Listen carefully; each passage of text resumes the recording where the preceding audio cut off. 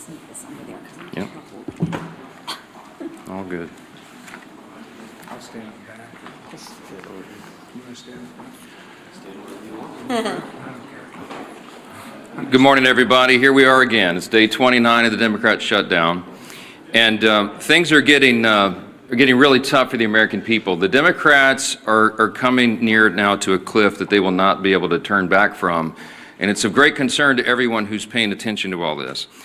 You will note that more air traffic controllers and TSA agents and park rangers are about to go without a paycheck. You've got families and children that rely upon SNAP benefits that are going to go hungry here at the end of the week. You've got more critical workers, by the way, including the people who are the stewards of our nuclear defense arsenal, who are forced to stay at home as the government remains closed. The Democrats own every one of these consequences. So we want to point out a couple of important facts this morning for you. It's no coincidence that polling this week confirms that over 70% of the American people believe the Democratic Party is out of touch. And amazingly to us, still every day, they turn their backs on more and more hardworking American families to prolong their pain. And that is exactly what's being felt here. It is incredible to us that they've now voted 14 times between the House and Senate to reject the clean, simple funding bill that would simply reopen the government. 14 times they have thumbed their nose at the American people in spite of their pain that they themselves have acknowledged. And as we've explained here, the motivation behind that is very clear. And this is why the polling is indicating what it is. The people know the Democrats are responding to fear. It is their fear of the most radical far-left voices in their party that has made them decide to obey the demands of the far left and to shut down the entire government and thereby inflict all this pain on the people. And almost comically at this point, the Democrats are still out trying to convince you that this is somehow Republicans' fault. But the facts are the facts, and the American people can see that very clearly. They see the truth. We brought you a handy scorecard here so you can, follow the votes. I mean, this is very simple. The votes to pay the troops and federal workers and continue SNAP benefits and get air traffic controllers and Border Patrol agents paid. This is the vote tally. You see the dates here. The House did our work back on September 19th, and we voted, Republicans voted yes. Democrats voted no on all those things. And the Senate has now done it an additional 13 times. These are the votes. No one can say that this is in any way the fault of Republicans. We have a clean, simple bill, and everybody knows it. House and Senate Democrats are openly admitting that this is their shutdown. You have seen the highlight reel of all of them stumbling into admitting that. And yet they're also incoherently claiming that the shutdown is somehow on the fault of the other party.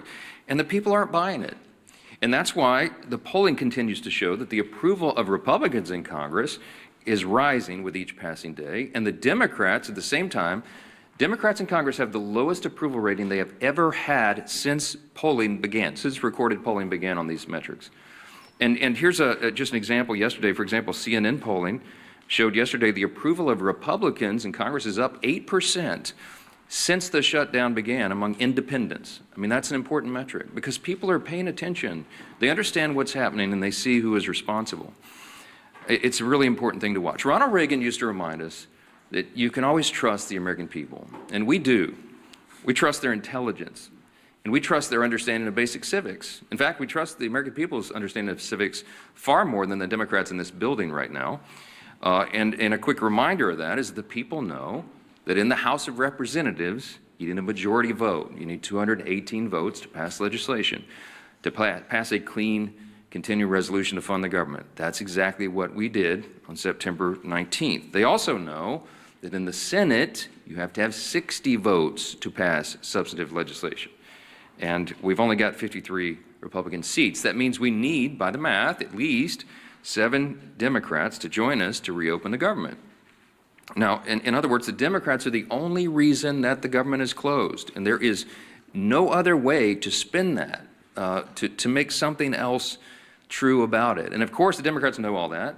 We've seen their party leaders, and we've now made their phrases and their comments famous here every morning. Chuck Schumer, Whip Catherine Clark in the House. They've openly admitted that they're using the pain of the American people as their leverage. Why? To show to their base that they're fighting. And they're counting on the American people not noticing all this. And that's the very reason why we have to come in here every morning and relay the simple truths. I mean, somebody handed me this as I was walking in here.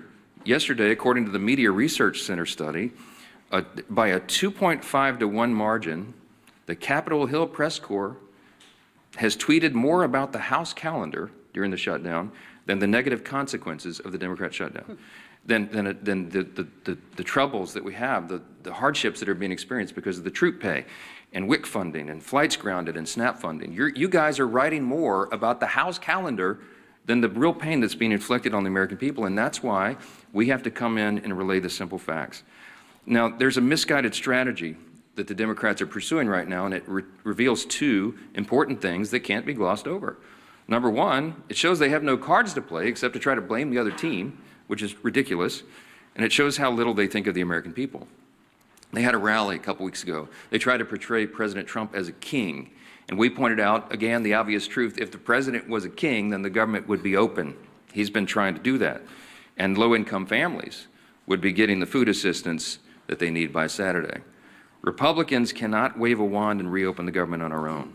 We must have a handful of centrist Democrats in the Senate do the right thing. And any Democrat suggesting otherwise knows exactly what they're doing, and they insult the intelligence of the American people. And by the way, every reporter in this room when they do that. Unlike Democrats, Republicans have nothing to twist or spin. We are just simply here relaying the simple facts and the truth. And the American people are responding to that. And that's why the polling indicates that they trust us more than the other side, because we are the ones here telling you the truth. We have nothing to hide. They are trying to obscure the facts. And by the way, the biggest unions are beginning to say the same thing. On Monday, the largest union of federal workers, the American Federation of Government Employees, came out, as you saw, and publicly urged Democrats to join Republicans and pass the House's short-term funding bill. The union president said, quote, "A strong America requires a functioning government, one that pays its bills, honors its commitments, and treats its workforce with respect by paying them on time." Amen to that. Of course, we agree. But it wasn't just the AFGE.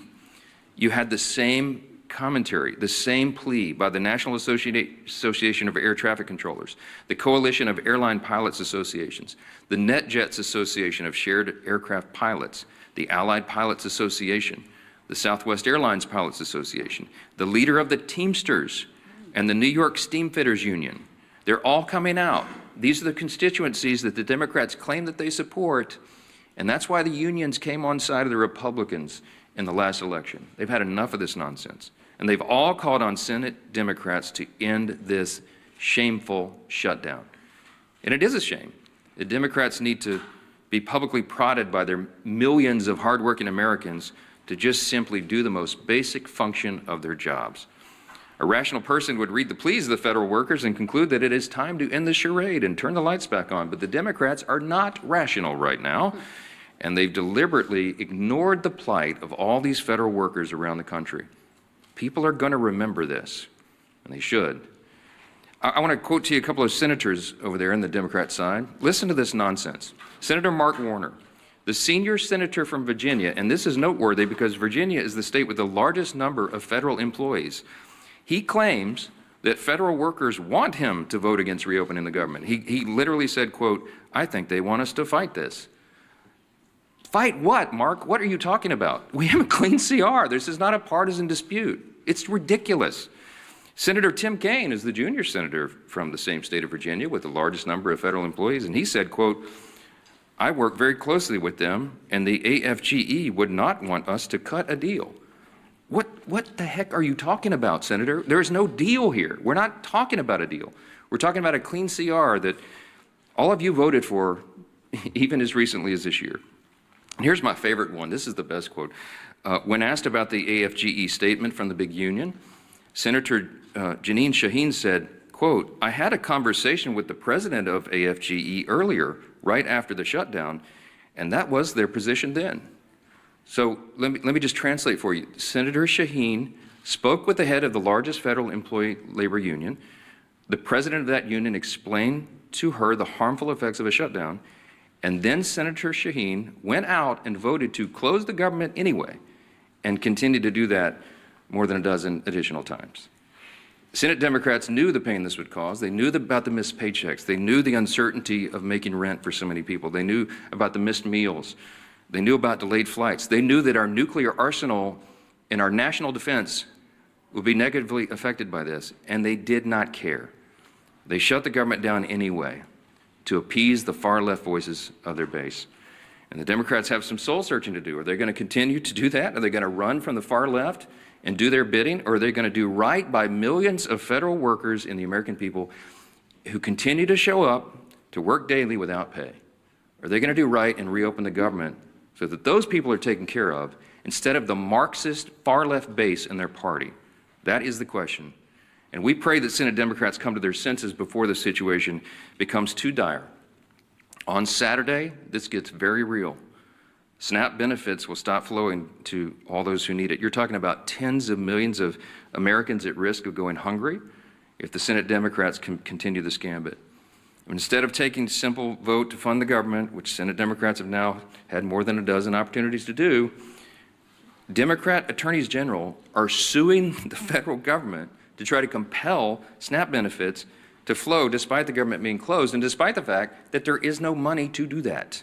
Congress hasn't authorized that. The contingency fund for that was something they batted down when the Democrats decided to vote against the CR and shut the government.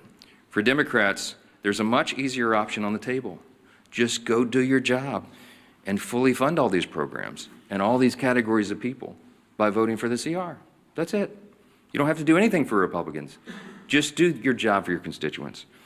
Until Democrats recognize the pain that's gone on for so long, Republicans will be in their districts helping their constituents clean up the mess that Democrats are making and help them make ends meet and help them find the assistance, the food assistance, and all these other things that they're going to have to rely upon.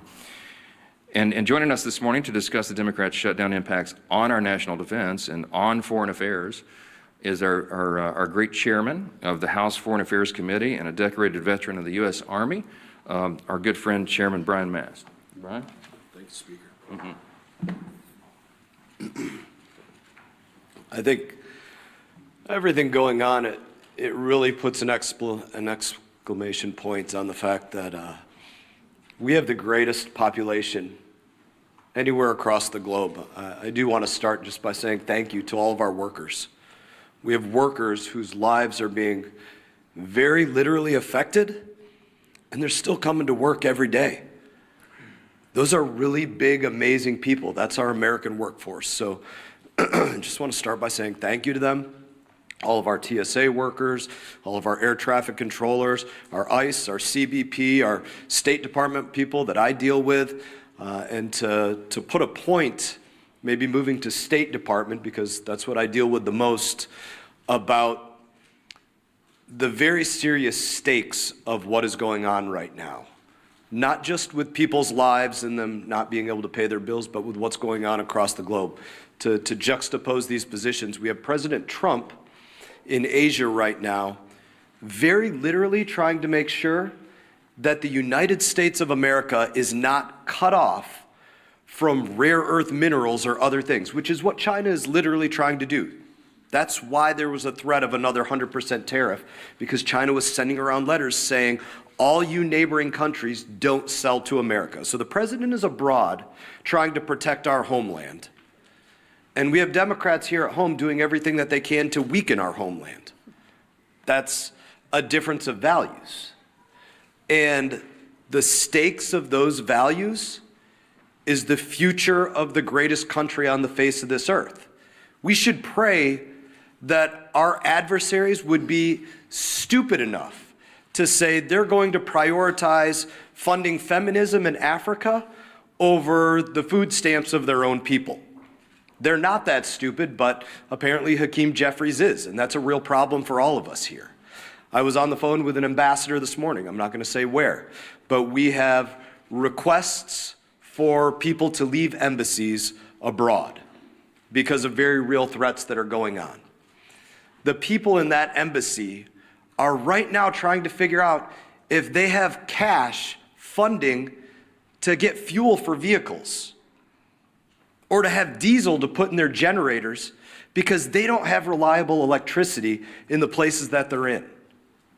Those are the real world consequences. While they're also worrying about their paycheck isn't coming in, can their family back home buy groceries, pay their bill for student loans, pay for the fuel to get their kids to school, or the tuition at their children's school, or all the other things that they have to worry about, while they're worrying about, can they even get out of country? So those are the difference of values. I guess I would close it by saying this. We need 5 Democrat senators to pull their heads out of their asses and go work for the United States of America. Thank you, Chairman Mast. Thank you for your service to our country and for keeping the focus where it needs to be on making sure America stays strong in the midst of turbulent times. And you know, what's so sad about this shutdown is that we don't need to be in these turbulent times. It was a self-imposed wound that Hakeem Jeffries and Chuck Schumer have imposed on the country. And if you look over this last month of the shutdown, you've seen Democrats literally playing a Dr. Jekyll and Mr. Hyde game with the American people. On one hand, they'll try to say, it's not us, it's the Republicans. Gee whiz, as the speaker talked about, oh, they control the House, Senate, and White House when they know that they are the ones that are shutting the government down. And then on the other hand, Mr. Jekyll's side, they're saying that they know that they're causing pain on the American people. They admit that there is suffering, but they're doing it for leverage. So you can't have it both ways, Chuck Schumer.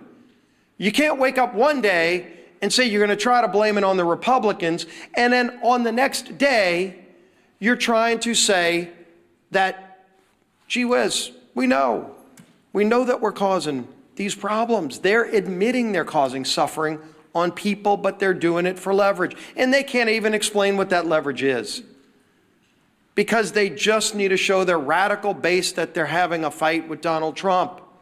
It's all it's been about from the beginning. You really want to know who's calling the shots in the Democrat Party? You saw it on the stage this past weekend.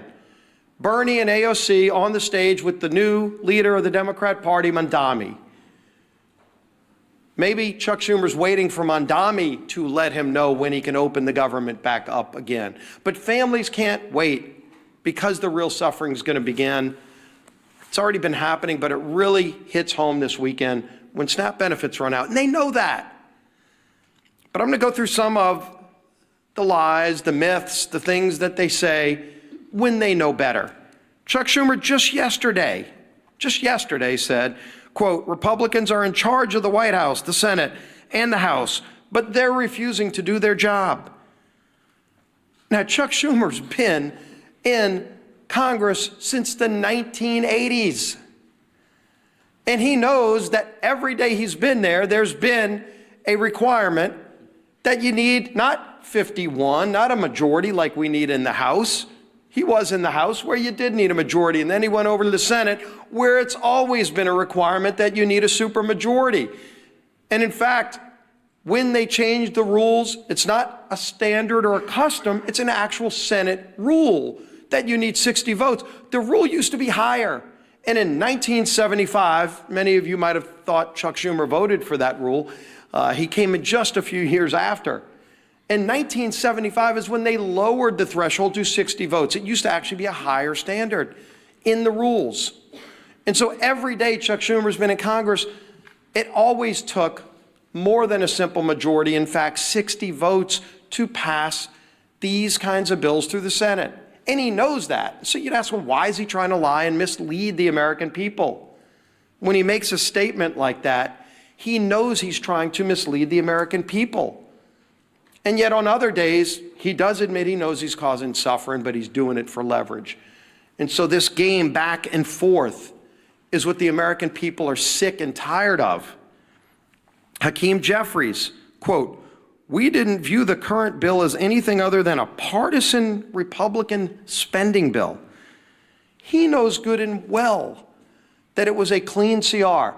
If Democrats still to this day don't know the difference between a clean CR and partisan bills, did they stop reading the bills?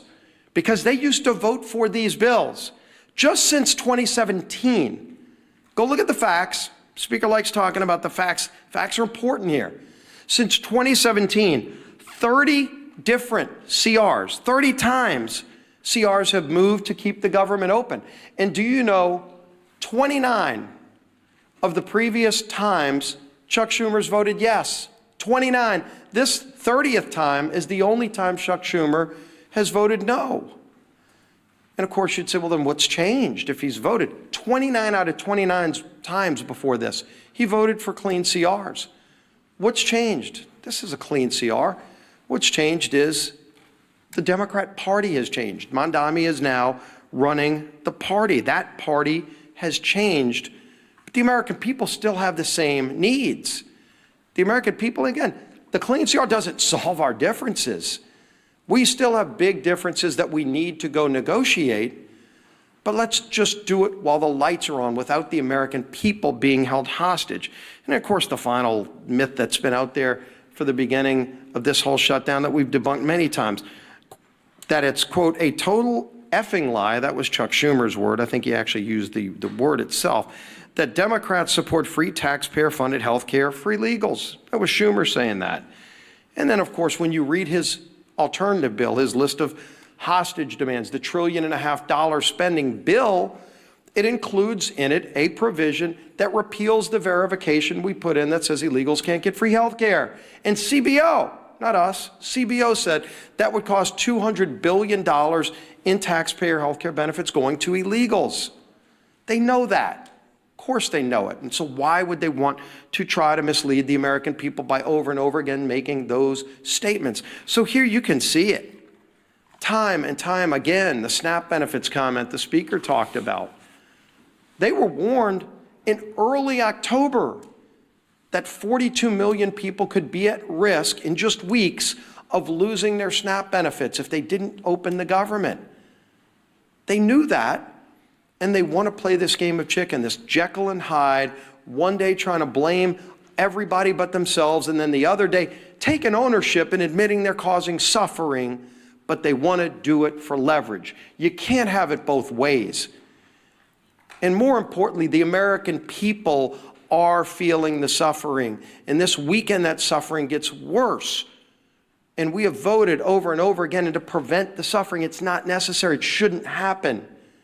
And there's a way to avoid it. All they need to do is today, just 5 Senate Democrats need to get courage and say, we're not going to take our orders from Mondami or whoever else it is that are calling the shots over there. We're going to do the right thing and open this government back up so we can get into that negotiation over all of our differences, which are many, but just don't hold the American people hostage while that goes on.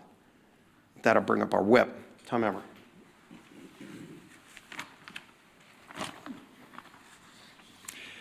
The Democrats have no leader, no vision, no message. And nothing proves it more than the chaos they have caused with their needless government shutdown. We are now 29 days into this mess, and the Democrats have contradicted themselves every turn with no exit strategy in sight. They've tried to make their shutdown fight about health care, while simultaneously demanding that we cut $50 billion in rural health care and give taxpayer-funded health care to illegal aliens. Not to mention the Americans who are suffering right now because critical health care services have been put on pause due to the Democrats' shutdown charade. On the issue of SNAP, Democrats are bending over backward to oppose Trump, using taxpayer dollars to fund frivolous lawsuits. Meanwhile, they are the ones causing people to lose their SNAP benefits by refusing to reopen the government. Remember, all of this could have been solved in a matter of 5 minutes by 5 Senate Democrats if they would do the reasonable and right thing by supporting our clean CR. The same CR that they supported just 6 months ago, and as we've said over and over, that they passed 13 times under the Biden administration. But instead, they'd rather run in circles, tripping over their own feet in the process and hanging their constituents out to dry. Why?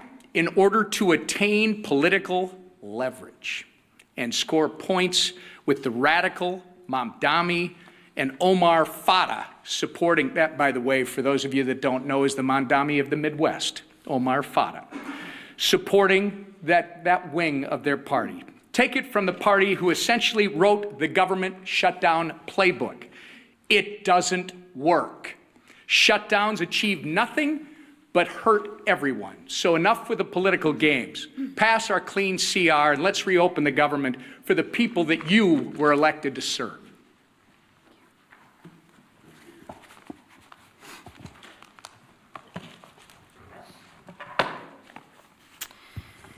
Well, good morning, everybody. Good to see you again. Let's get one thing straight right out of the gate. House Republicans did our job. Senate Democrats didn't. It's that simple. More than 1 month ago, under the leadership of Speaker Mike Johnson, the House passed responsible legislation to keep our government, your government, open. Meanwhile, Senate Democrats voted again and again to keep it shut down. So before anyone throws around cheap insults like one Democrat member did on social media this week, and I'll just read it. Lazy Mike Johnson has made himself irrelevant and pointless. You know, I always find that funny. When you can't beat us on the issues, what do children do? They personalize it. And that's exactly what this member is doing. He can't beat us on the issues, so he wants to attack our leader, who has done a remarkable job, and personalize it. We're not in 6th grade anymore, but maybe for some people they are in 6th grade. But let's remember the facts. Republicans acted, the Democrats stalled. Mike Johnson has shown leadership, discipline, and focus. And what's lazy, I'll share with you what's lazy, is Democrats refusing to do their job and blaming everyone else for the problems in which they created. Because what Democrats are doing is wrong. And Americans, real Americans, hardworking Americans, are getting hurt. I, for one, have had it. And I don't think I'm the only one out there. On Sunday, a Democrat House member admitted to the Wall Street Journal that his party is being pushed by far-left groups.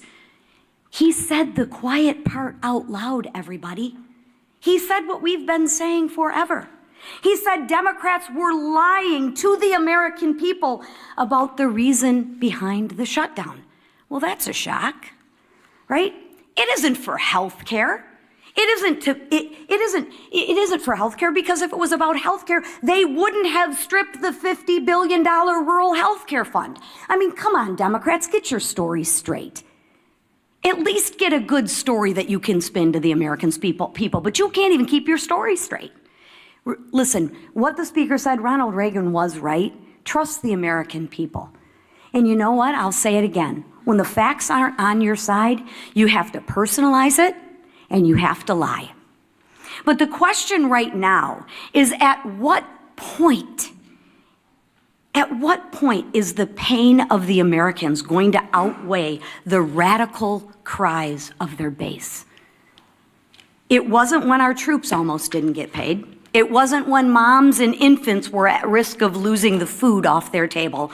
It wasn't when flights across the nation got canceled because air traffic controllers and TSA agents didn't get paid. No. When that happened, Democrats said, every day gets better for them. Really? Maybe because they're getting paid while the people who they represent are not. That's what they said. They said pain for the American people was their best leverage. They said maybe it was uncomfortable, but it was worth it to them. Really? Think about that. Let that settle in. Let that just sit for a minute. So now I ask, Will it be enough pain this weekend when 42 million Americans lose access to food on their table? Will it be enough when 2 million Americans miss a paycheck? What Democrats are doing right now is absolutely cruel, but it's also dangerous. And I think Chairman Mast spoke very well on this issue, but let's build on that. When our skies aren't staffed, when our borders aren't secure, and when our troops are at risk of missing a paycheck, that is not a political strategy. That is a national security threat. Enough is enough. Americans do not want to be used as leverage. And they don't want to be used as leverage for another $1 trillion of wasteful spending. They work way too hard for their paychecks. They want relief, they want leadership, and they want results. Democrats, please, I implore you, do what's right. Democrats, do what's right. End the shutdown. End the suffering for the American people. Stop, as you say, leveraging the pain. Vote for the Clean CR funding bill and let America move forward. Thank you. All right, questions? Manu, go ahead. Given how dire that you expressed for so many Americans right now, how do you justify the administration giving this big, massive bailout to Argentina, as well as calling for an increase in beef imports from Argentina? Look, we give foreign policy, the execution of foreign policy to the executive branch. That's what the president is doing right now. There's lots of nuances about that. He's involved in negotiating trade agreements around the country to the great success and benefit of the American people right now. Dozens of them being worked out. He's overseas right now doing the same thing. And what he accomplished in Japan is a remarkable thing for the American people. And by the way, they've agreed to invest $550 billion into America, and that's good for everyone. So I can't get into the nuances of every single trade agreement with every country around the world, but we're going to trust the president to do what he's doing. He's had a remarkable track record of success for the American people, and nobody in this room can refute it. So I'm going to leave it right there. Chad, let's talk about the government shutdown. It's the main important thing right here. Chad, go ahead. Good morning. Can you talk about some of the members in, excuse me, can you talk about some of the members at your conference who have expressed concern about the House being out, or saying that this has gone on, too long, we need to maybe have another CR or take another approach or do something on health care? Yeah. Can you talk about what that is like and some of the things that you're hearing from your members who are saying, this is really going on? Well, you all know what I'm hearing from my members because our calls are leaked every week, and we had a conference call with almost everyone yesterday. By our count, there's about 3 to 4 members of the House Republican Conference who have only mildly questioned working in the districts as opposed to being here on the floor. And we talked through that in as much detail as we can on a call that I know is being printed on the front page of all the papers the next morning. But I can tell you that 99% of all the Republicans in the Senate and the House heartily agree with what we are doing. They understand the most important thing and the most important function and the basic and most simple thing that government must do is keep its operation going for the people. That is the first job of Congress. And when we can't do that, everything is paralyzed. And so we have made that the #1 emphasis. We need the Senate Democrats to do what they have always done in the past. Don't make me tell you all the facts again. 13 times during the Biden administration alone, they voted on CRs to keep the government going. They know the pain they're inflicting. They do not care because they're more afraid of the radical left Marxists in the base than they are the American people. That's plain and simple. And so it's painful for them, for us to get up here every single day and relate again the simple truths. We have to do that. The repetition is what makes the truth saturate, because most of the mainstream media is giving us headwinds. They're pushing back, as I just demonstrated from you from the results. The research proves what we know intuitively, that the mainstream media, most of the legacy media, is parroting the talking points to the other side. You are not asking Chuck Schumer the hard questions. You're not asking Hakeem Jeffries the hard questions. Not enough of them. They're hiding. And they think that they can appease the radical base because they're more afraid of the voices of the far left corner of their party than they are everybody else. And I think there's going to be a big price to pay for that in the future. Yes, sir, right here. Religion News Service has tracked 5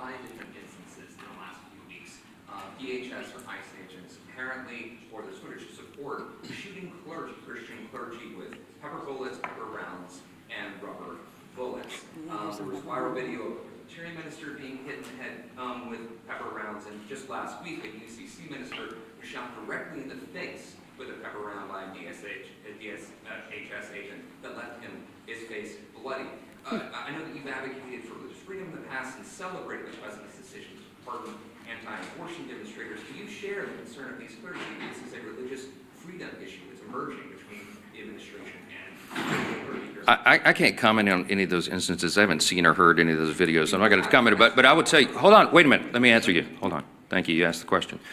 Religious freedom does not extend and give you the right to get in the face of an ICE officer and assault them, if indeed that was what happened there. What I've seen is a measured approach by the people who are trying to enforce our border laws, our immigration laws. And that was desperately needed and desired and demanded by the American people. You might remember the #1 issue in the November election last year was the wide open border and the chaos that has ensued by that. So the people are out doing a very difficult job. ICE officers, by the way, are under tremendous strain and pressure. How would you like to do that job if you had to put on the badge and do it? When you know you have the media criticizing every move, and you have wild protesters in your face, cursing at you, waving their finger in your face, and sometimes pushing you and assaulting you. Okay, it's a dangerous, risky job. Thank the Lord that there are people who are willing to do that difficult job, to put on the badge and show that kind of courage. We should be on the side of law enforcement, and anybody who's trying to disrupt those operations, they need to be handled the right way. Now, look, all of us want the law to be enforced. We are the rule of law party. Chaos is not an American virtue. The rule of law, but you have to have order, and you have to have peace, and you have to have some people who are brave enough to put on the uniform and go ensure that. So get out of their face and let them do their job. That's what I would say. Down here, yes, ma'am. We're getting closer to the November 21st deadline for the CR that you guys passed. We're almost 3 weeks away from that. Is it time to bring the House back to pass a new CR with a new date? Is fewer than 3 weeks enough time to finish appropriation? Wouldn't that be a futile exercise when we have a CR that's been sitting over there since September 19th? If I brought the House back and we passed another CR, it would meet the exact same fate with Chuck Schumer. He would mock it, they would spike it, and they would try to blame it on us. So what would be the point of that? We're all concerned about the timing. The Democrats are eating up the clock. We have very important work to do here, and that's why we're pleading with them, not Chuck Schumer. Look, I think Chuck Schumer and Hakeem Jeffries are irredeemable at this point. I don't think they'll be able to tell Mondami in New York and his disciples that they voted to open the government. I've given up on the leadership. So we're trying to appeal to a handful of moderates or centrists who care more about the American people and will put the people's interests over their own and do the right thing in the Senate. I mean, there's no point in me sitting down with Chuck Schumer. He's painted himself into a corner. I get all that. Mondami it looks like he's going to win and be the mayor of New York City, and Hakeem Jeffries came out and endorsed him. That's all you need to know. Hakeem Jeffries is terrified that Mondami, one of his disciples, is going to challenge him in his own seat in the election next fall. You've already seen that rumored. Some of you have reported on it. So he had to do it. He had to endorse socialism. He had to endorse Marxism. This dangerous ideology that has taken over the Democrat Party, that is what is motivating them. So it doesn't matter what we do in the House. It doesn't matter what we pass. We have to get a handful of moderates over there who care about America to do the right thing. We need at least 7 Democrats. It takes 60 votes in the Senate to pass it.